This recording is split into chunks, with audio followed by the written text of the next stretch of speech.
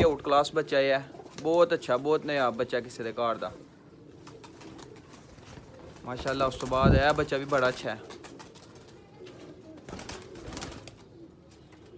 ਇਹਦਾ शौक कर लो। ਇਹ ਵੀ पट्ठा पट्ठी है, यह भी माशाल्लाह बच्चा है, ਇਹਦਾ भी शौक कर लो।